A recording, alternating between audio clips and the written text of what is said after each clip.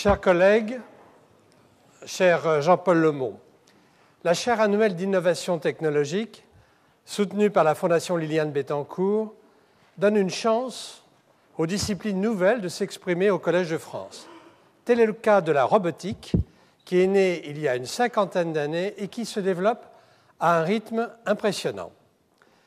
La robotique produit des machines animées de mouvements, qui sont coordonnées par un ordinateur. Elle a recours à de nombreuses disciplines telles que l'automatique, le traitement du signal, l'informatique, le traitement mathématique de données complexes. Dès les années 60, apparaissent les premiers robots industriels sur les chaînes de montage automobiles et c'est la première robotique, la robotique manufacturière. Aujourd'hui, la robotique a une place essentielle dans de nombreux secteurs. L'industrie, l'aéronautique et l'aérospatiale, le domaine militaire, l'aide à la personne, la santé. Plus d'1 million de patients ont été opérés par des chirurgiens à distance avec, et non pas par, un robot. Les robots anthropomorphes ont fait leurs premiers pas sur la Terre depuis déjà longtemps, et maintenant des véhicules motorisés se promènent sur Mars. Les investissements financiers des grandes compagnies et des gouvernements sont à la hauteur du potentiel de la robotique. On estime à environ 1 million le nombre d'emplois qui pourraient être créés en robotique. Le robot agit par le mouvement dans et sur le monde réel. Très tôt est apparue la nécessité de donner au robot la capacité de décider, d'être autonome, d'apprendre en tenant compte du monde physique et d'interagir avec d'autres machines et l'homme. Rendre un robot doué, habile et performant, je n'utilise pas le mot intelligence, est là un des aspects fascinants de la robotique. Mais nous donnons de notre intelligence au robot, mais il est possible que le biologiste se pose la question en retour, le robot peut-il contribuer à comprendre en partie la connaissance du fonctionnement du vivant ? Vous êtes l'un des grands spécialistes de la robotique humanoïde. Après des études mathématiques à l'Université de Toulouse, vous vous êtes orienté vers la robotique naissante et vous avez soutenu une thèse en robotique. Vous êtes actuellement directeur de recherche au CNRS, dans le plus grand laboratoire de robotique en France, le laboratoire d'automatisme et d'analyse des systèmes, le LAS. Vous alliez compétences théoriques et pratiques. Vous êtes un expert international de l'algorithmique. Vous avez participé à la création de la société Kineo en 2005, algorithmique de la maîtrise du mouvement. Vous êtes à l'origine du groupe Gepetto, au LAS, qui conçoit les prototypes virtuels de robots humanoïdes. Vos travaux sont un excellent exemple de pragmatisme de l'ingénieur mis au service du rêve du chercheur. Nous aussi, laissez-nous rêver.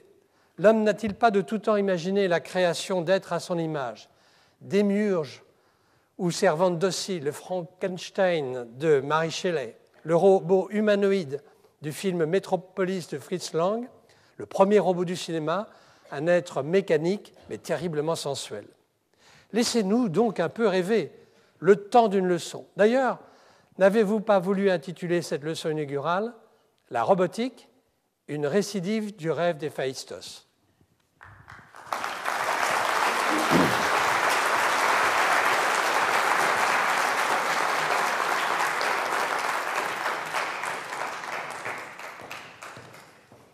Monsieur l'administrateur, chers collègues et amis, mesdames, messieurs, la robotique a 50 ans. Elle entre au Collège de France. C'est un très bel anniversaire pour elle. Je tiens à remercier l'Assemblée des professeurs pour l'avoir élue thème de l'année de la chaire Innovation technologique Liliane Bettencourt. C'est un honneur que vous me faites de la représenter et je tiens à remercier particulièrement Alain Berthoz qui a œuvré à ces choix et qui manifeste depuis des années un enthousiasme qu'on peut qualifier de militant pour la discipline. Relisant les leçons inaugurales de mes prédécesseurs, tous ont exprimé, chacun à sa manière, ce sentiment de responsabilité que j'éprouve maintenant. Quelle est la part de savoir, la part transmissible que contiennent nos recherches? Comment en rendre compte? Est-il vraiment possible d'enseigner toute chose? D'une certaine manière, j'ai été rassuré par la précision apportée à la devise du collège. Il s'agit en fait d'enseigner le savoir en train de se faire, voire la recherche en train de se faire. Cet encouragement autorise la prise de risque. Ne vous attendez pas à recevoir un savoir stabilisé. Dans le domaine de la robotique, il ne l'est pas. En revanche, vous verrez qu'il est réellement en train de se faire et que l'aventure est passionnante. La robotique, telle que vous l'avez rappelé, traite du rapport que peut entretenir avec le monde réel une machine qui bouge et dont les mouvements sont commandés par un ordinateur. Voici quelques exemples de robots. Vous avez par exemple en bas à gauche un robot trieur de saucisses, vous avez un robot qui plie du linge en haut, vous avez un robot qui manipule des haltères, vous avez un robot qui grimpe aux arbres et vous avez une extraordinaire main dextre de l'Université de Tokyo, de nos collègues de l'Université de Tokyo. Le robot se distingue à la fois de l'automate dont les mouvements sont mécaniquement déterminés et de l'ordinateur qui manipule des informations mais ne bouge pas. Quel degré d'autonomie peut-on attendre de telles machines? La question sera l'objet de mes cours. Elle n'épuise pas toute la robotique, mais elle en rend compte pour une grande partie et elle porte en elle une certaine ambition. Elle résonne en particulier avec les sciences qui font des êtres vivants, dont l'homme, leurs objets de recherche. Mais d'entrée de jeu, reconnaissons une différence essentielle. Le roboticien doit faire des robots. Le neurophysiologiste, le biomécanicien ou le psychophysicien cherchent à comprendre l'homme et l'animal. Les mots ont leur importance, les missions sont différentes. Les uns doivent faire et sont condamnés à l'innovation. Les autres doivent comprendre, condamnés à la production de savoir. La distinction entre faire et comprendre n'est pas nouvelle dans l'histoire des sciences. Le cadran de Pasteur tente de la préciser. Il a été introduit récemment dans une perspective de gestion et d'évaluation de la recherche par les pouvoirs publics. Il structure les sciences, les technologies et leurs relations selon deux axes. L'un portant sur le caractère plus ou moins fondamental des recherches, l'autre sur leur utilité. Dans ce cadran, la robotique se placerait clairement avec Edison, dans une case qu'on pourrait intituler « Recherche appliquée à fort impact sociétal », une expression qui rend possible une présentation de la discipline. Seulement, la robotique est une activité qui ne se laisse pas réduire aussi facilement. J'ai préféré ne pas résoudre la tension entre faire et comprendre et me référer pour cela à un mythe grec qui me servira de fil conducteur. C'est en préparant cette leçon que j'ai découvert que les roboticiens avaient un dieu. Il s'agit d'Héphaïstos. Dans la mythologie grecque, Héphaïstos est un artisan de talent. Ingénieux, il fabrique des armes remarquables et il est connu pour cela. Mais il fabrique aussi des chaises roulantes qui se déplacent toutes seules. En clair, des robots mobiles. Des servantes en or qui l'aident à se déplacer parce qu'il est boiteux. En clair, des robots d'assistance. Et il va jusqu'à façonner Pandore, une statue d'argile à laquelle Athéna prêtera vie. Il a une vie amoureuse tumultueuse. J'en retiens le passage rapporté par Apollodore, un chroniqueur du II siècle avant Jésus-Christ. Athéna était venue trouver Héphaïstos pour qu'il lui confectionne des armes. Le dieu, abandonné par Aphrodite, se laissa aller à désirer Athéna, et il se lança à sa poursuite quand elle prit la fuite. Quand il eut réussi à se rapprocher d'elle, à grand-peine puisqu'il était boiteux, il chercha à l'étreindre. Mais elle, la chaste vierge, ne se laissa pas faire, si bien qu'il éjacula sur la jambe de la déesse. Dégoûtée, elle essuya le sperme avec un flocon de laine qu'elle jeta par terre, elle s'enfuit. Si Héphaïstos est le dieu du fer, Athéna, qui apparaît ici comme celle qui passe commande, est la déesse du savoir, ou préservons-nous des spécialistes, surtout dans cette assemblée, considérons-la comme telle le temps de cette leçon. Héphaïstos cherche donc à posséder Athéna. Il n'y parvient pas. Le faire ne saurait prétendre au savoir, rude coup pour le roboticien. Et la robotique tient de cette tension. Si le mythe va à l'encontre d'une tendance actuelle à la confusion des genres entre science et technologie, il rend compte en tout cas de ma propre expérience en matière d'innovation. Expérience que je résumerai de manière lapidaire: si faire n'est pas comprendre, comprendre permet de faire, mais malheureusement pas toujours. Et si on peut très bien faire sans comprendre, faire procure aussi des outils parfois inattendus pour comprendre. Je vais l'illustrer en 3 parties. 2 ont trait à l'algorithmique de la planification de mouvements, la 3e à la robotique humanoïde et à des modèles récents de l'action anthropomorphe. Mais en préalable, donnons quelques repères historiques qui vont nous permettre de mieux situer la discipline et ses champs d'application. La robotique a 50 ans. Plus exactement, elle a 51 ans. Si le mot robot apparaît tôt au siècle dernier et nourrit depuis l'imaginaire collectif, on s'accorde à dater la naissance de la robotique à l'introduction en 1961 du premier robot industriel sur les chaînes de montage de General Motors. Il s'agit du robot Unimate, issu du brevet déposé par Georges Devol et industrialisé par Joseph Engelberger, reconnu comme le père fondateur de la robotique. En France, à la même époque, Jean Vertu étudie au commissariat à l'énergie atomique la possibilité de commander à distance un bras manipulateur chargé d'explorer les zones irradiées des centrales nucléaires. Ce bras n'est pas autonome, son contrôle est néanmoins déporté, les commandes de l'opérateur sont transmises au robot non plus par l'intermédiaire de quelques pantographes mécaniques, mais par l'intermédiaire d'une armoire de commandes effectuant les traitements numériques capables de transformer les mouvements de l'opérateur en consignes à appliquer sur les moteurs du bras manipulateur. Nous sommes dans les débuts de la téléopération, dont les plus beaux succès déboucheront sur la robotique médicale et sur la possibilité offerte aujourd'hui aux chirurgiens d'améliorer la précision de son geste. Vous le rappeliez, plus d'1 million de patients ont aujourd'hui été opérés avec un robot, et attention, non par un robot. Les mots ont leur importance. La recherche en robotique a donc été dominée à l'origine par la conception des machines à commande numérique et l'établissement des premiers liens entre machines et ordinateurs, entre mécanique et informatique.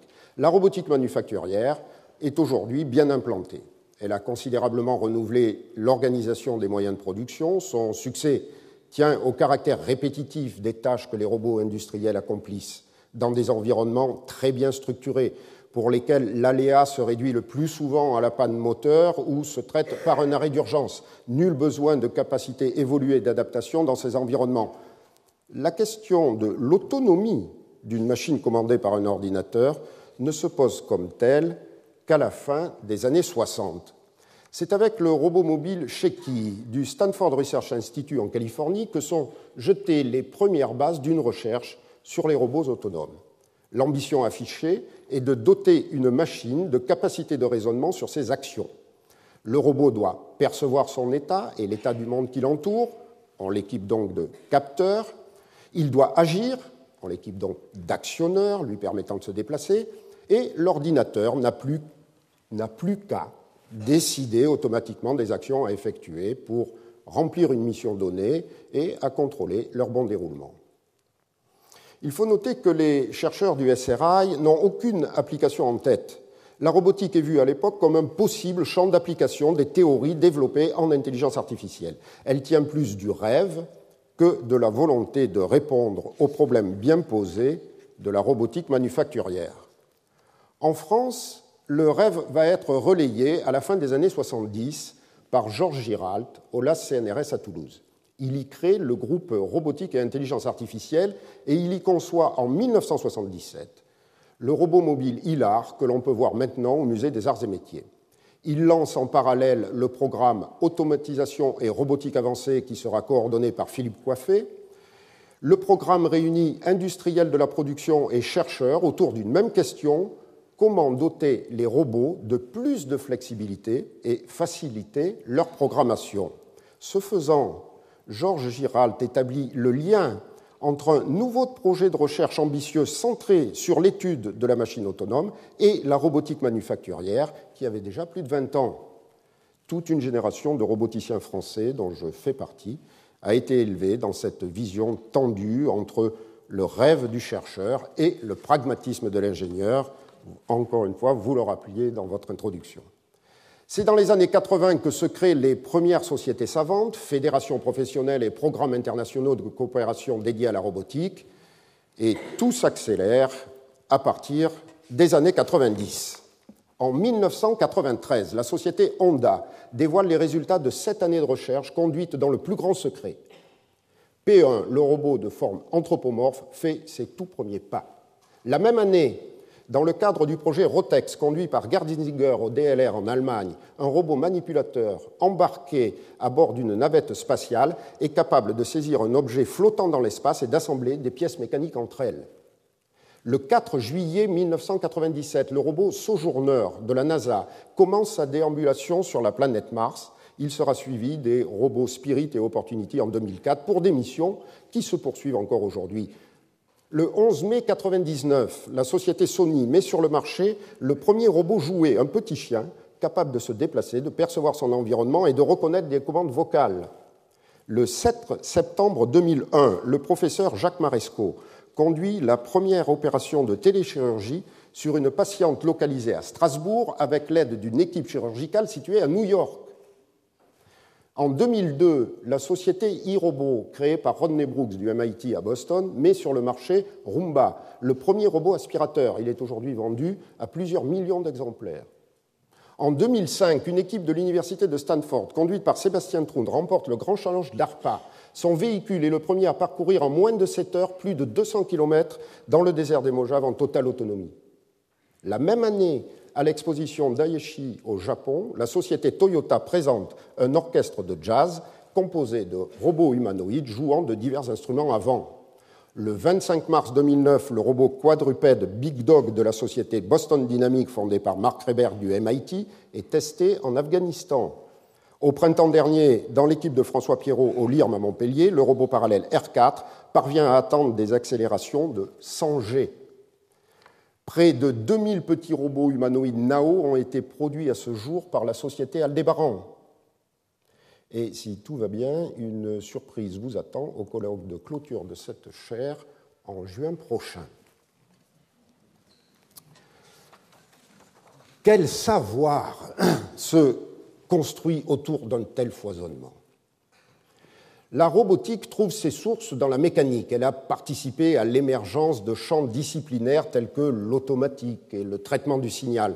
Elle emprunte à l'informatique, elle nourrit l'algorithmique. Il faudra attendre près de 20 ans après l'apparition d'Unimate pour voir émerger les premières tentatives de théorisation d'un domaine qui se cherche. 2 grandes écoles de pensée vont ranimer de vieux débats issus des sciences de l'homme pour les appliquer à l'étude des machines autonomes et structurer la recherche en robotique. Les tenants de ce qu'on peut appeler avec recul une phénoménologie robotique prônent la primauté du modèle.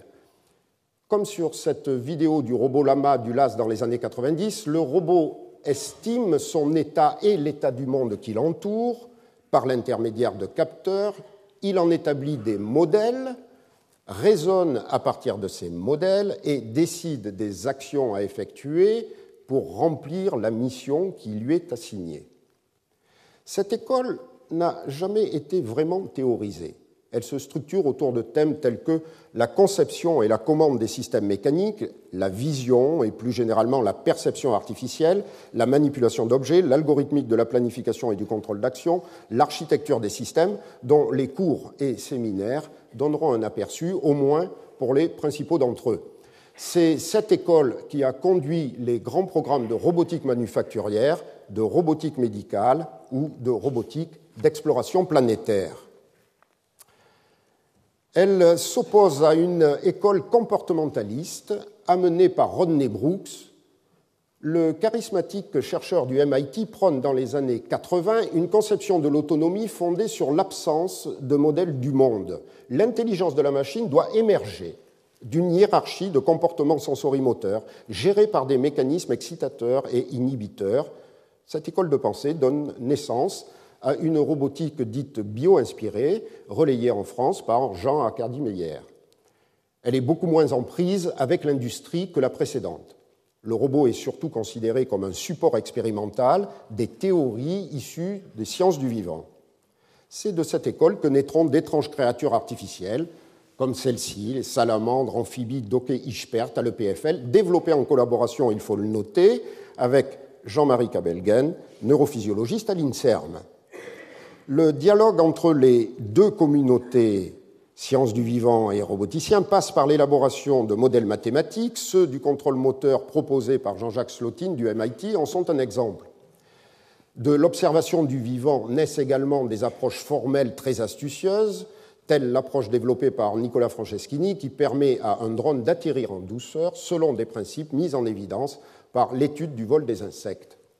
Comme cette leçon en témoignera, ma formation mathématique et ma rencontre avec Georges Giralt m'ont naturellement conduit à être un élève de la première école. Néanmoins, plusieurs séminaires associés à mes cours rendront compte aussi de la deuxième. D'ailleurs, cette séparation en deux écoles vacille aujourd'hui. Aujourd'hui, le 7e programme cadre de la Commission européenne en matière de technologie de l'information et de la communication inclut explicitement un sous-programme Cognitive Systems and Robotics. La tendance est une tendance de fond. On le voit avec la société Honda qui crée en 2003 au Japon, aux États-Unis et en Allemagne simultanément 3 centres de recherche pluridisciplinaires combinant neurosciences et robotique. On le voit en Italie avec la création en 2005 à Gênes d'un institut du même type. On le voit en France avec la création en 2007 de l'Institut des systèmes intelligents et de robotique sur le campus de Jussieu. On le voit dans l'évolution des thématiques du groupement de recherche du CNRS sur la robotique.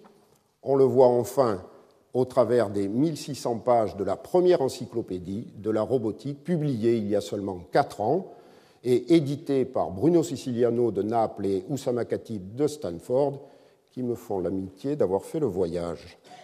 S'il fallait donner une idée de ce savoir en train de se faire, c'est bien dans la tendance actuelle au rapprochement des deux écoles qu'on la trouverait. J'y reviendrai dans la 3e partie de ma leçon. Nous avons vu en introduction qu'un robot agit par le mouvement. Son autonomie passe ainsi en premier lieu par sa capacité à décider de ses actions. Commençons donc par la question du calcul automatique du mouvement. Quelle méthode mettre au point pour que le couple machine-ordinateur puisse atteindre un but fixé sans percuter d'obstacles et sans qu'un opérateur ne spécifie explicitement dans tous ses détails le mouvement à effectuer? Supposons que le robot ait une connaissance parfaite de son environnement. Comment, dans ces conditions, un ordinateur peut-il calculer un mouvement à effectuer à partir d'une position de départ pour atteindre un but fixé? Comment éviter les obstacles? Comment être certain que le but est ou n'est pas atteignable? Le problème ainsi posé a été popularisé en robotique par l'expression évocatrice du problème du déménageur de piano.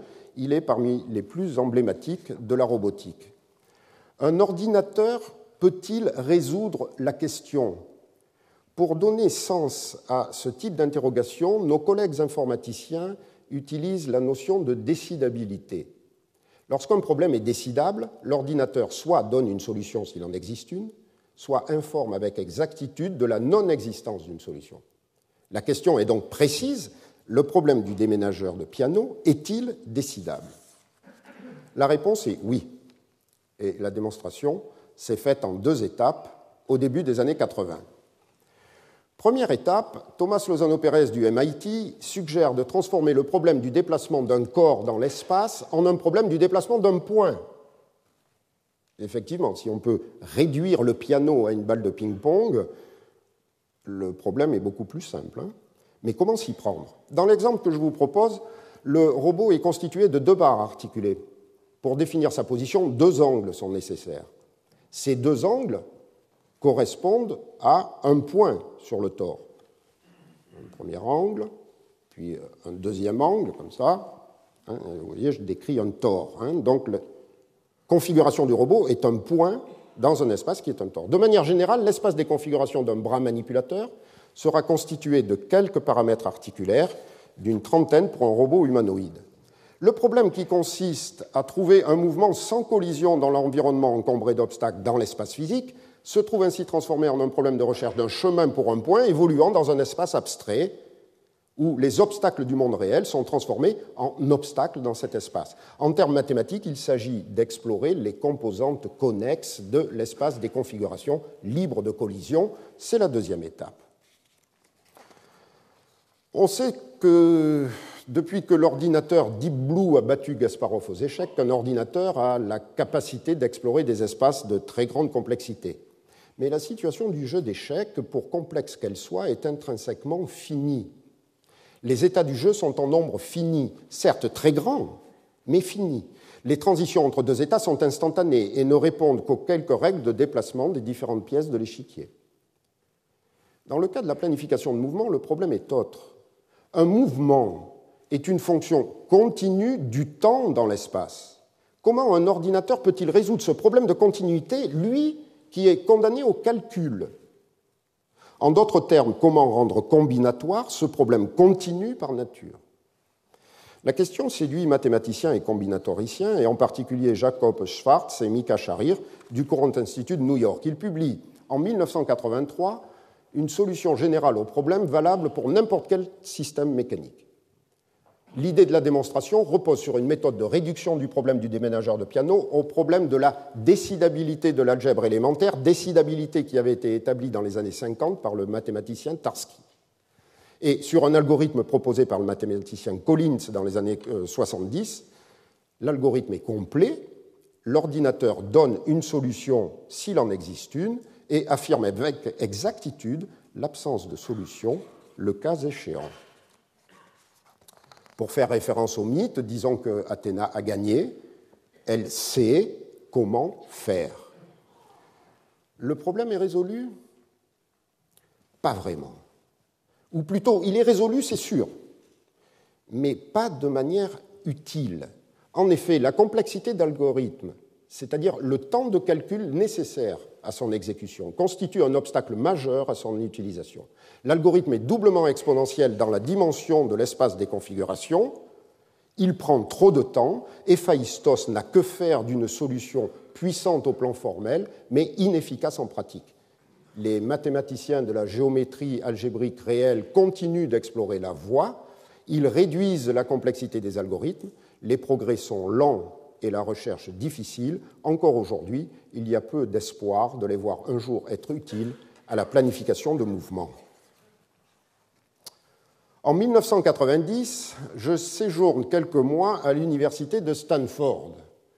Jérôme Barakan et Jean-Claude Latombe viennent de mettre au point une toute nouvelle approche. Il s'agit d'étendre une méthode de recherche locale mise en place par Oussama Khatib quelques années auparavant, la méthode des potentiels. La méthode agit dans l'espace des configurations. Le point de départ est attiré par le but à atteindre tout en étant repoussé par les obstacles qui se situent sur son chemin au fur et à mesure de sa progression. Les potentiels attractifs et répulsifs engendrés respectivement par le but et les obstacles se combinent, donnant naissance à un champ de potentiel. Un algorithme de suivi de la plus forte pente, le gradient, permet de progresser vers le but. Il reste que la méthode, vous pouvez le constater, pour efficace qu'elle soit en pratique, a l'inconvénient de s'arrêter dans des zones de pente nulle, les puits de potentiel, qui ne correspondent pas nécessairement au but à atteindre. Barakan et Latombe ont l'idée, on peut dire l'audace, d'introduire dans ces cas-là des marches aléatoires. L'algorithme consiste ainsi en une séquence alternant descente de gradient et marche aléatoire. Au bout d'un certain temps, le but est atteint. Regardez, une première descente de gradient, bon, on est dans un minimum local. Eh bien là, on va perturber un petit peu le système, on va faire une marche aléatoire, puis une descente de gradient, ça ne marche pas, une marche aléatoire, une descente de gradient, etc., etc. Puis à un moment donné, on va se rendre compte que la dernière descente de gradient va permettre d'atteindre le but. Comment prouver qu'on va réellement atteindre le but? Eh bien, on ne le peut pas. Ou plutôt, on peut apporter la preuve que s'il existe une solution au problème, alors il existe une séquence de longueur indéfinie qui en trouvera une. Et s'il n'y a pas de solution, l'algorithme bouclera à l'infini. En pratique, on l'arrêtera à partir d'un certain temps de calcul et on se retrouvera sans solution ni garantie qu'il n'y en ait pas. On ne peut pas dire que le problème formel du déménageur de piano est résolu. Pourtant, les résultats sont spectaculaires. Un étudiant me fait une démonstration sur un système constitué de 8 barres articulées, espace des configurations de dimension 8, dimension jusqu'alors hors de portée de toute autre méthode. Le robot se faufile dans un espace très encombré après seulement quelques secondes de calcul. Je suis époustouflé devant tant d'essence. Connaissant quelque peu le problème, je propose à l'étudiant de faire tourner son programme à partir d'une configuration de départ très particulière qui est attirée par un puits de potentiel très profond. Après plus d'une nuit de calcul, le programme n'a pas trouvé de solution, alors que nous savions qu'il y en avait une. La morale est sauve. Il n'y a pas eu de miracle. Le savoir-faire d'Héphaïstos ne s'est pas hissé au rang du savoir. Le problème restait bien entier. Le problème restait entier, certes. Simplement, il avait fallu que j'élabore un cas très particulier pour piéger l'algorithme. En général, l'algorithme marchait très bien. Intrigué à mon retour de Stanford, je lançais un sujet de recherche que je peux ainsi résumer. Pourquoi la méthode marche-t-elle si bien ? Un an de travaux avec un doctorant, Florent Lamiraud, maintenant directeur de recherche au CNRS, permit d'identifier le type de mathématiques qui pourrait rendre compte de la performance. Elle parle de théorie des catastrophes et de percolation. J'allais donner un séminaire dans un laboratoire de physique statistique à Toulouse. J'y rencontrai donc les spécialistes qui comprirent très rapidement la nature du problème que nous posions. Et non sans humour, ils me proposèrent d'intégrer leur laboratoire pour traiter ensemble du problème, auquel cas il me fallait abandonner la robotique. Comprendre le comportement de ces méthodes est en effet un problème extrêmement difficile. Il reste ouvert encore aujourd'hui. Au retour de ce séminaire, nous convînmes avec Florent Lamiraud de changer le sujet de thèse. Héphaïstos rageait d'abandonner, qu'importe, il avait ouvert la porte au développement des méthodes probabilistes. Elles sont efficaces en pratique et elles sont également faciles à programmer. Elles permettent aujourd'hui de planifier les mouvements complexes d'un robot humanoïde transportant des objets aussi encombrants qu'une haltère que vous avez ici sous les yeux. Et elles trouvent des débouchés inattendus. Les méthodes probabilistes sont à l'origine d'une plateforme logicielle élaborée au LAS CNRS par Thierry Siméon dans le cadre d'un projet européen auquel participait EDF. Des problèmes grandeur nature sont alors résolus avec succès. Il s'agissait de simuler des opérations de maintenance dans des centrales nucléaires. En 1999 paraît la loi sur l'innovation. Elle encourage les chercheurs à créer leur entreprise. Elle s'accompagne d'un concours. Le concours est passé avec succès. L'entreprise Kineo est créée en décembre 2000. L'idée était de se tourner vers le marché du prototypage virtuel. Dans ce secteur, il s'agit de valider des solutions d'assemblage mécanique et de programmation de robots à partir de maquettes numériques. On est dans un monde virtuel, dans une phase de conception préalable à la phase de production. Les techniciens explorent les maquettes sur un écran d'ordinateur, bougent les pièces mécaniques, vérifient qu'elles sont conformes. Il s'agit par exemple de prouver qu'on peut placer un siège tout juste sorti d'un bureau d'études à l'intérieur de l'habitacle d'une voiture. Si ce n'est pas le cas, le siège doit être redessiné. C'est le problème du déménageur de piano vu sous l'angle de l'assemblage mécanique. La tâche de vérification peut prendre plusieurs heures aux techniciens. Les algorithmes probabilistes résolvent le problème en quelques secondes. Quelques heures, quelques secondes, là se trouve la valeur du mouvement. Quelques années sont nécessaires pour transformer en produit le prototype logiciel issu du laboratoire et l'intégrer au progiciel diffusé par Dassault Systèmes et Siemens. Ce n'est pas nécessairement simple. En 2011, la société gère un portefeuille de plus de 1700 licences qui équipe la quasi-totalité des constructeurs automobiles dans le monde. Héphaïstos a bien fait son travail. Mais il rage toujours de ne pas comprendre les raisons de ce succès. Comprenons bien, il y a du génie dans ces méthodes. Il réside dans leur parfaite adéquation avec l'état de la technologie en matière de calcul. Les ordinateurs des années 60 n'auraient pas récompensé la même hardiesse. Restons dans le domaine du mouvement. En 1985, Georges Giralt me pose la question suivante. Le problème du déménageur de piano est un problème bien compris. Bien. Pour le résoudre, il suffit d'explorer les composantes connexes de l'espace des configurations sans collision. L'hypothèse sous-jacente est que tout mouvement du système mécanique, nous l'avons vu, a pour image un chemin dans l'espace des configurations. Mais qu'en est-il de la réciproque? À tout chemin correspond-il un mouvement? En particulier, un robot mobile à roues doit rouler sans glisser. Il ne peut pas se déplacer dans toutes les directions. Ce n'est pas un piano que les déménageurs peuvent déplacer dans tous les sens. Toute la construction précédente s'effondre.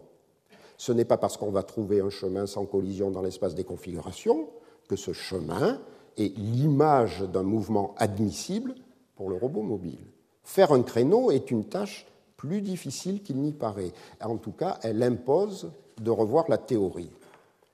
En 1986, je propose une démonstration quelque peu laborieuse, découpant et collant des arcs de cercle et des segments de droite et montrant que tous les chemins d'un piano peuvent être approchés par les chemins d'une voiture de même taille, pourvu que la voiture manœuvre.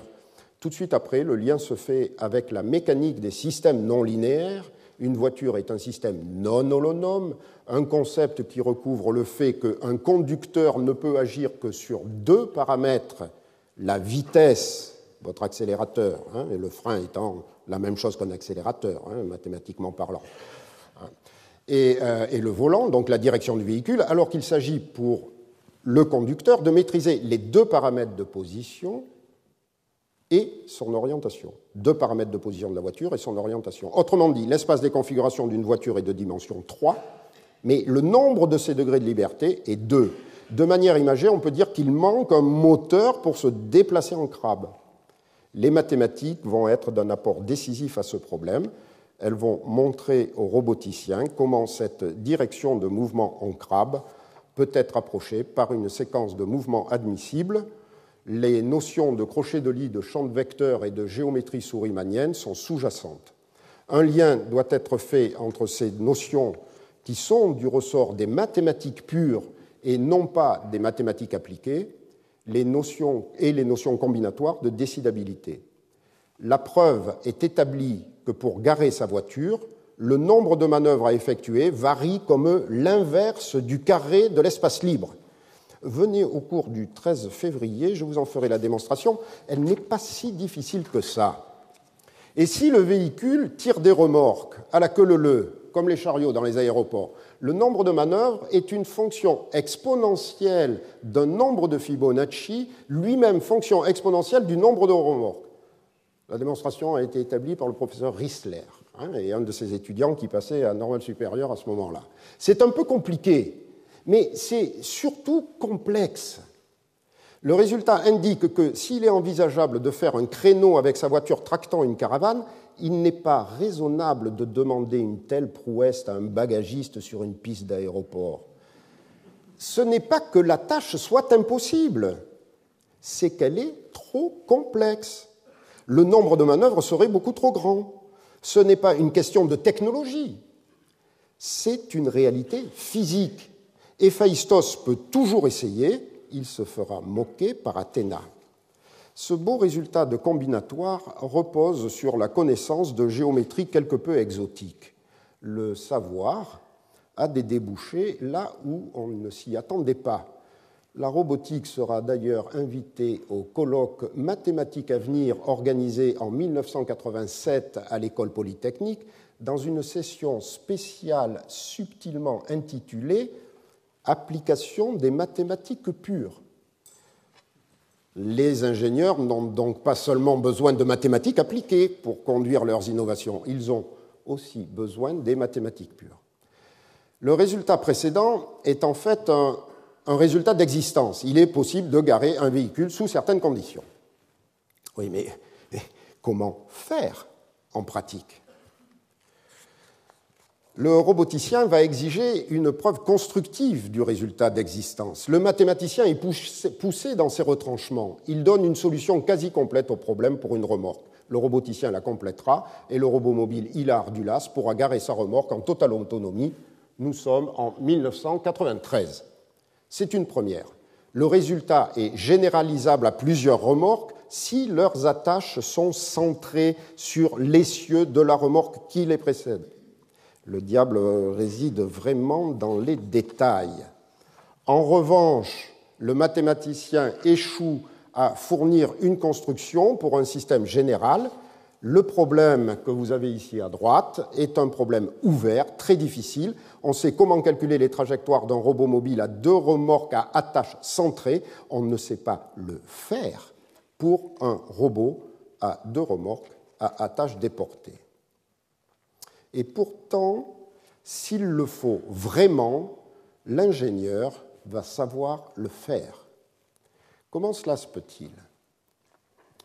L'histoire est la suivante. En 2000, Airbus et le ministère de l'Équipement lancent le projet Grand Itinéraire. Il s'agit de convoyer les 6 composants du futur Airbus A380 par convoi exceptionnel de la petite ville de Langon à Toulouse. Les dimensions du convoi sont hors normes, les routes doivent être redessinées par endroits. Pour cela, il est nécessaire de simuler avec précision les trajectoires du convoi. La direction départementale à l'équipement fait appel à Kineo, une belle opportunité pour la jeune entreprise de conforter sa position de spécialiste en planification et contrôle de mouvement. Seulement, alors que 4 des 6 camions possèdent une remorque à attache centrée, 2 autres correspondent au modèle du robot tractant 2 remorques à attache déportée. Vraiment pas de chance. Qu'à cela ne tienne, les ingénieurs de Kineo et les chercheurs du LAS vont mettre au point une méthode d'optimisation numérique dérivée de méthodes connues en mathématiques appliquées qui va permettre ces simulations avec succès dans la traversée des villages de Condon et de Lévignac. L'occasion était trop belle pour Kineo. Comprenez bien, la tâche allait permettre de payer les premiers salaires de la toute jeune société. Le problème mathématique a-t-il été résolu pour autant ? Non. La méthode numérique a seulement répondu au cahier des charges posé par la DDE. Venons-en à la dernière partie de cet exposé. Elle est consacrée aux robots humanoïdes. Les robots humanoïdes apparaissent dans les années 70. On compte aujourd'hui une bonne vingtaine de prototypes différents. Héphaïstos recommence donc avec de nouvelles Pandores. Elles ne sont plus d'argile, mais mécatroniques, et elles sont animées. Le roboticien continue à poser la question de l'autonomie. De quelle capacité d'adaptation peut-on espérer doter ces nouvelles machines ? L'analogie entre l'homme et la machine s'impose. Elle ne peut être esquivée. Héphaïstos détiendrait-il finalement les clés du savoir ? Avec ces machines qui s'adaptent, qui décident de leurs actions, que peut-il nous dire sur notre propre fonctionnement ? La question est dangereuse, belle et passionnante. Le danger est épistémique. La robotique ne peut servir d'alibi à la biologie. Un modèle biologique ne peut pas être validé sur une plateforme robotique. Si des modèles du vivant peuvent être simulés sur un ordinateur, si des robots peuvent être commandés selon ces principes, parfois très efficacement, il n'est en aucun cas possible de conclure à leur validité du seul fait de leur caractère opérationnel en robotique. Ce n'est pas parce qu'un roboticien utilise avec un succès un modèle bio-inspiré que ce succès dit quoi que ce soit sur la validité du modèle biologique. Et inversement, ce n'est pas parce que le roboticien est capable de faire naviguer un robot mobile dans un environnement encombré d'obstacles que nous savons comment l'homme ou l'animal résout le même problème. La confusion est pourtant tentante. Elle est souvent avérée. Elle est entretenue par le dangereux usage des mots. On passe imprudemment de la machine autonome à la machine intelligente, puis pensante, voire consciente, sensible, et pourquoi pas amoureuse. Mais à ma connaissance, personne n'a encore osé le mot. Soyons émerveillés par la prouesse du robot de Toyota jouant du jazz à la trompette, mais sachons qu'il n'éprouve rien. qu'il n'y a aucune humanité dans son jeu, et réfléchissons à nos propres transferts. Certains d'entre nous ont une étrange affection pour leur voiture. Je ne pense pas que cette affection soit réciproque. Gardons en tête l'image du mythe, et ce n'est qu'une image. Si le roboticien peut s'identifier à Héphaïstos, s'il peut façonner Pandore dans l'argile, il n'est ni Athéna, ni Gépéto. Il ne donnera jamais une quelconque humanité à l'argile ou au bois. Un robot est une machine commandée par un ordinateur, il n'est que cela. Pour animé qu'il soit, il reste et restera un objet sans âme qui s'attache à notre âme, ni force d'aimer, pour reprendre un vers de Lamartine. Laissons parler les démiurges, régalons-nous des œuvres de Fritz Lang et de Mary Shelley, et n'ayons pas peur. Pour tout dire, sommes-nous vraiment angoissés? Ce n'est pas si certain. En tout cas, nos amis japonais ne le sont pas, eux, si différents de nous, eux pour qui l'union est possible. La question de l'analogie entre l'homme et le robot humanoïde est dangereuse, il fallait y répondre. Elle est aussi belle et passionnante à partir du moment où on lui donne quelques rigoureuses substances. Un système anthropomorphe, l'homme ou le robot humanoïde, est un système à la fois redondant et sous-actionné. On sort de la poésie, là. Précisons ces deux termes qui ont l'avantage d'être spécialisés et non pollués par un usage courant. Prenons le squelette humain, tel qu'il était exposé naguère dans les salles des sciences naturelles de nos écoles. C'est un ensemble composé de quelques dizaines d'os articulés entre eux. Donner une valeur d'angle aux différentes articulations revient à définir une posture du squelette. Il est debout, assis, en position de courir, de prendre, etc. Avec tous ces angles, on retrouve la notion d'espace des configurations. Pour animer son squelette, le corps humain dispose de plusieurs centaines de muscles. Il constitue l'espace moteur. Les tensions exercées sur les muscles font varier les valeurs des articulations. La situation des robots humanoïdes actuels est plus simple. À chaque articulation est associé un moteur. L'espace des configurations et l'espace moteur se confondent. Un robot humanoïde dispose en général d'une trentaine de moteurs. Pour saisir une balle, l'homme et le robot humanoïde doivent approcher la main de la balle. D'un point de vue géométrique, cette tâche est de dimension 3. En effet, 3 paramètres sont nécessaires pour situer la balle dans l'espace. Le robot dispose d'une trentaine de moteurs, l'homme de plusieurs centaines de muscles. C'est trop, beaucoup trop. Il y a un grand écart entre la dimension de la tâche et la dimension de l'espace moteur. Cet écart autorise une infinité de façons de réaliser l'objectif. On peut utiliser la main droite ou la main gauche, on peut se gratter la tête d'une main et saisir la balle de l'autre. Et un système qui possède plus de degrés de liberté que la tâche à effectuer est dit redondant. Son espace moteur a une dimension supérieure à la dimension de la tâche. La notion est liée à la notion d'action. Un système anthropomorphe est aussi sous-actionné. Alors, qu'est-ce que ça signifie? Cette caractéristique a trait au déplacement du système dans son environnement. Les paramètres angulaires précédemment évoqués sur le squelette disent la posture du squelette. Ils ne disent pas la position du squelette dans son environnement. Est-ce qu'il est près du tableau, au fond de l'amphithéâtre?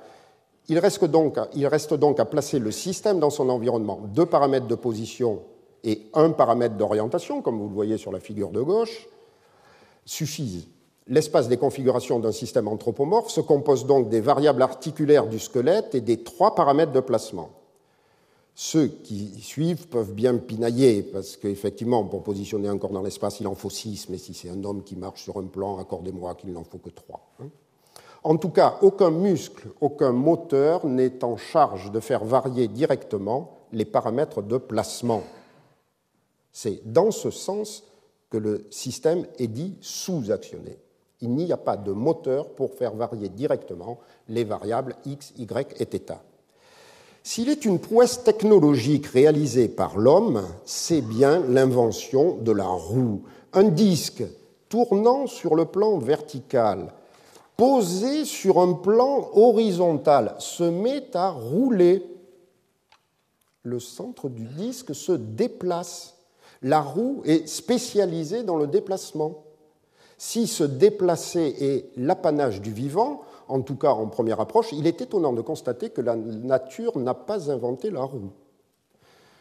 Un système anthropomorphe et sous-actionné signifie qu'il ne possède pas de moteur spécialisé dans le déplacement. L'homme se déplace en mettant un pied devant l'autre et en recommençant, c'est-à-dire en faisant varier les articulations internes de son squelette et donc en activant un grand nombre de muscles, alors même que 2 roues y eussent suffi. La locomotion anthropomorphe est une tâche beaucoup plus complexe que la conduite automobile. L'une fait intervenir beaucoup plus de variables motrices que l'autre. Comment tous les muscles du corps humain se coordonnent-ils pour réaliser une tâche de saisie? Comment coordonner tous les moteurs d'un robot humanoïde pour réaliser la même tâche? Les questions sont précises.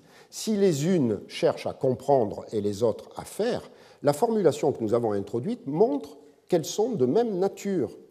Elles interrogent la relation entre l'espace moteur et l'espace physique. Cette relation est centrale pour comprendre notre rapport au monde. Henri Poincaré en a posé les termes. C'est bien là la puissance des mathématiques que de proposer une formulation commune aux sciences et aux techniques, et c'est cette base qui contribue aujourd'hui à l'émergence de nouveaux champs comme la neurorobotique. Si toutes les variables angulaires d'un squelette sont connues, il est aisé de déduire la position de la main gauche dans l'espace. Elle est unique.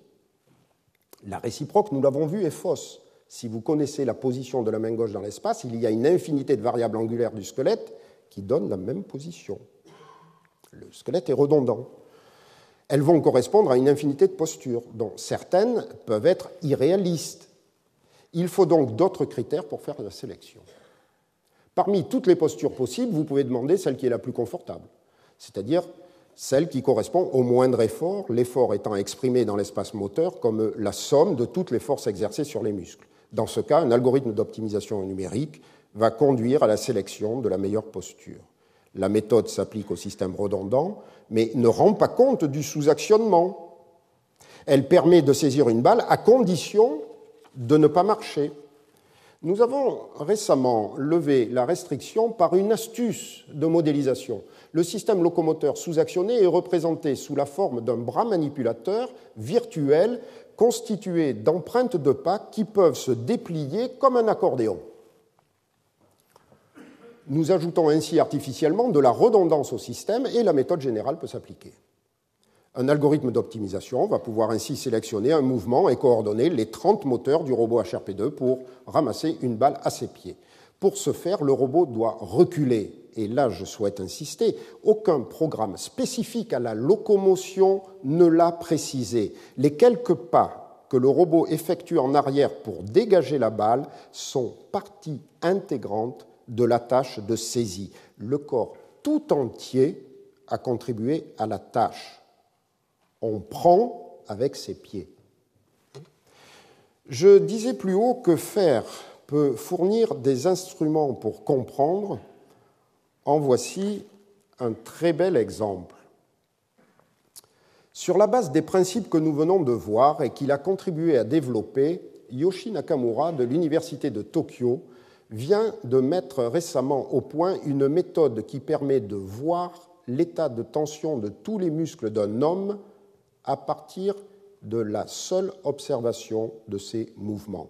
Un ensemble de caméras repère la position des segments corporels dans l'espace ambiant. Elles sont couplées à une plateforme de force qui situe en permanence les points de pression du sujet sur le sol, et c'est tout. Regardez.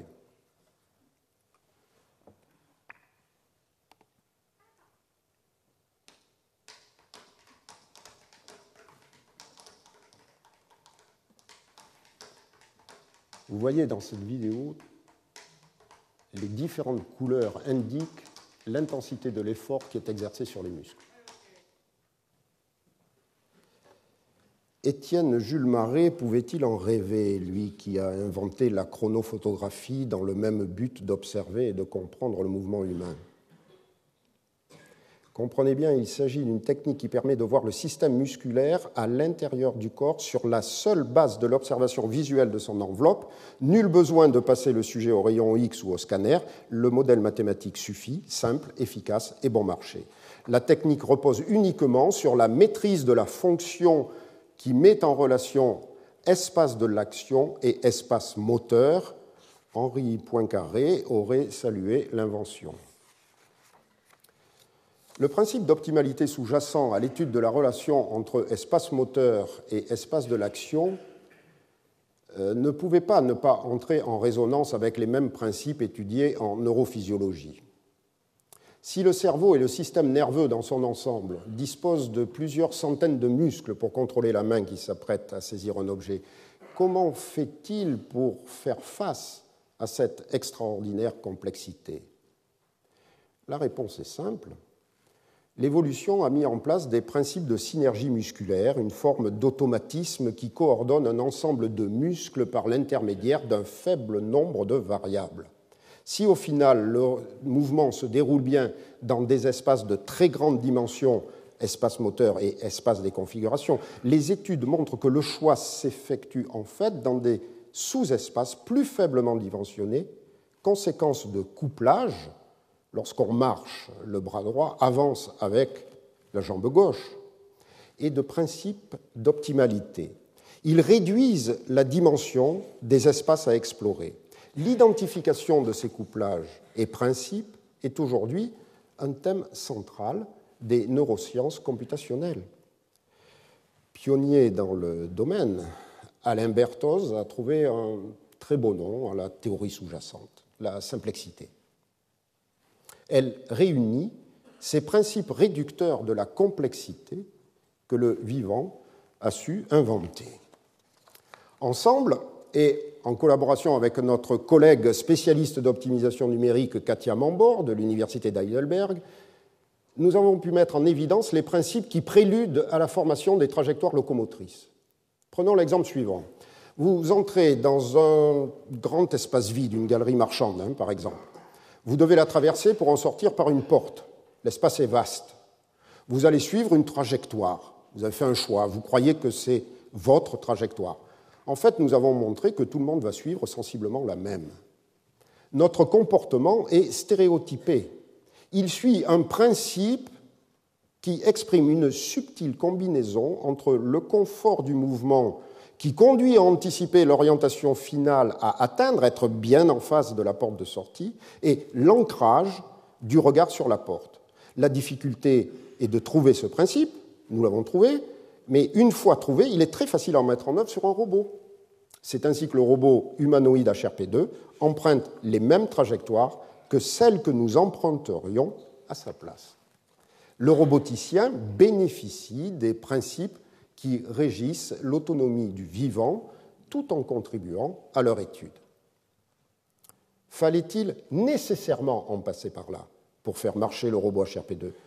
La réponse est non. D'autres robots utilisent d'autres approches qui sont aussi raisonnables du point de vue du résultat, mais poursuivons et examinons de plus près la démarche des robots humanoïdes actuels. La plupart d'entre eux ont les pieds plats et marchent jambes fléchies. Ce manque de souplesse est une conséquence du processus qui a conduit à leur conception. Le principal défi de la locomotion bipède est le maintien de l'équilibre. Sur un sol plan, les pieds plats forment un polygone de sustentation. Un astucieux modèle de stabilité est introduit par Kajita à l'AIST en 2003 au Japon. Il reprend une idée introduite 30 ans auparavant par Vuko Bratovic. Si l'on souhaite que le robot ne tombe pas, il suffit que le centre de pression reste à l'intérieur du polygone support. Des capteurs d'effort placés sous les pieds du robot permettent de connaître la position du centre de pression. La commande du robot consiste alors à jouer sur la modification du centre de masse pour garantir que le centre de pression reste dans le polygone support.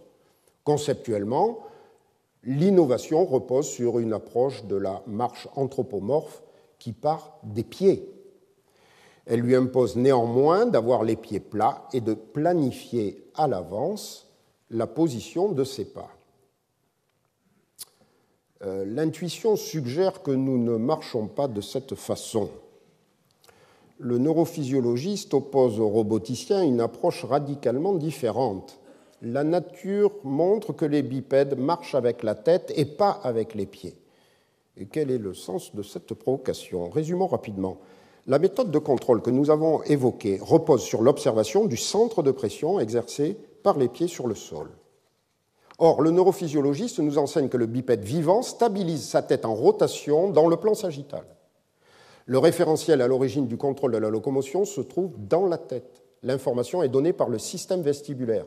La locomotion doit être envisagée comme un processus qui part du regard vers les pieds et non pas l'inverse.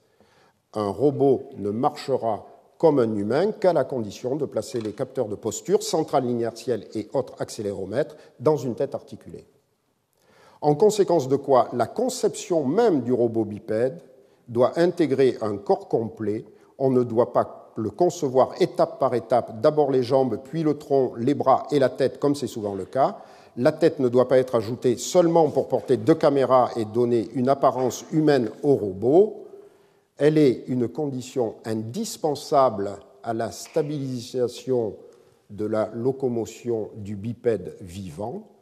Elle est une condition possible à la stabilisation de la locomotion des robots humanoïdes. Le message est clair. Le principe a été découvert. Il reste au roboticien à l'inventer. Il ne suffit pas de dire, il faut faire. D'ailleurs, l'enfant lui-même doit l'inventer dans une longue période d'apprentissage. Quels sont les mécanismes qui conduisent cet apprentissage? Voilà des questions autour desquelles neurophysiologistes, psychophysiciens et roboticiens se retrouvent et qui nourrissent la féconde tension. Le dialogue est possible. Les modèles probabilistes, par exemple, sont là pour décrire les processus. Chaînes de Markov et inférences bayésiennes permettent de structurer et d'explorer des bases de données de grande taille dans des espaces de grande dimension. Elles bénéficient, elles aussi, des progrès technologiques en matière de calcul. Il reste que si la corrélation entre deux variables permet au roboticien de stabiliser son robot, elle ne dit rien sur les relations de causalité. De toute façon, le roboticien n'en a cure, condamné qu'il est à faire. Et s'il peut inventer une méthode qui s'affranchisse de cette phase d'apprentissage, c'est tant mieux. Je force un petit peu le trait, mais on ne se protège jamais assez des dangereuses analogies. Le millénaire passé s'est terminé sur la spectaculaire percée de l'informatique. Le deuxième naît avec la révolution robotique. Il ne s'agit plus seulement de manipuler des informations, les choses se mettent à bouger. La robotique manufacturière s'est discrètement imposée dans les années de croissance sans qu'elle soit vraiment affichée comme un facteur de progrès. Aujourd'hui, d'autres adjectifs la qualifient dans un foisonnement que nous avons évoqué en introduction. La robotique est médicale, personnelle, d'assistance, d'exploration, agraire, sous-marine, volante, spatiale, militaire. Touche à tout, la robotique est aujourd'hui un fleuron de la technologie. On attend beaucoup d'elle. Depuis 2006, le programme Information and Robot Technology au Japon voit dans la robotique le moyen d'aborder la question de l'inversion de la pyramide des âges. Les robots assistants vont partager notre quotidien, ils faciliteront la mobilité des personnes âgées, ils permettront leur maintien à domicile en toute sécurité. L'an dernier, l'administration américaine a lancé le programme National Robotics Initiative, doté de 70 millions de dollars par an. Il s'agit d'élaborer des robots capables de travailler en collaboration étroite avec des hommes dans les domaines manufacturiers, mais aussi médical, spatial, militaire et d'aide à la personne. Ces programmes, alliant pouvoir public, industrie, universités et instituts de recherche, marquent un tournant dans ce sens que la conscience est prise. Les robots peuvent sortir des enclos de leurs usines pour travailler avec l'homme et le servir. L'homme devient partie intégrante de l'environnement du robot. Au même titre qu'en robotique chirurgicale, des méthodes de déformation du muscle cardiaque sont nécessaires pour contrôler automatiquement la position d'une pince sur un cœur battant, raisonner sur un monde dont l'homme est partie prenante requiert des modèles de l'homme. La relation homme-robot est aujourd'hui un thème central de la recherche en robotique. À elle seule, elle justifie, s'il le fallait, les recherches pluridisciplinaires évoquées plus haut. Elles sont indispensables, mais elles ne suffisent pas. Les questions de sécurité dans l'interaction physique de l'homme avec le robot sont critiques. Regardez la performance ici de la vidéo à droite qui a été recherche développée donc, au DLR à Munich. Ces questions de sécurité donc, vont au-delà des questions de sécurité, de fiabilité des algorithmes et des programmes tels qu'on a l'habitude de les aborder en informatique. Elles concernent la conception de nouveaux moteurs plus compliants, de nouveaux matériaux plus souples, de nouveaux capteurs plus petits, plus précis. Le spectre est large, qui va des micro, voire nanotechnologies, au questionnement sur les fondements calculatoires de l'action anthropomorphe. L'ambition est très grande. Le monde s'est étonné qu'aucun robot ne soit efficacement intervenu dans la centrale nucléaire de Fukushima en mars dernier. Il faut comprendre que les robots d'intervention qui font la une de nos journaux parfois sont encore loin d'être opérationnels.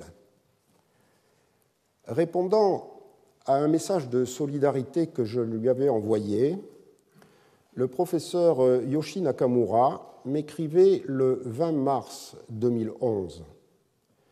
De nombreux chercheurs en robotique dont je fais partie ont été stupéfaits par le fait que nous ne disposons d'aucune arme face au problème. Il se peut bien que même la technologie ait démontré là son immaturité. La phrase est terrible venant d'un des meilleurs spécialistes mondiaux en robotique et qui sera d'ailleurs présent au colloque de clôture au mois de juin. Les effets d'annonce sont dangereux. Il faut donner du temps à la recherche. L'innovation doit être certes stimulée. C'est le rôle des grands programmes. Elle se commande difficilement.